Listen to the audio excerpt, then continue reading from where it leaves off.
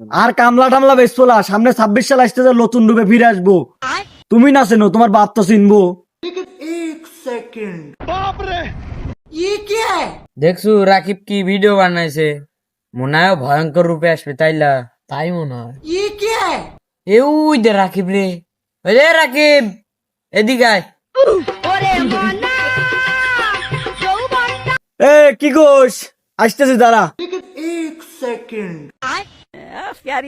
কে রে, তুই বলে ভয়ঙ্কর রূপে আসতু, তোর ঘাড়ে ওই টিয়ে কে বিষের ঢোপ টোপ কে তাইলা রে।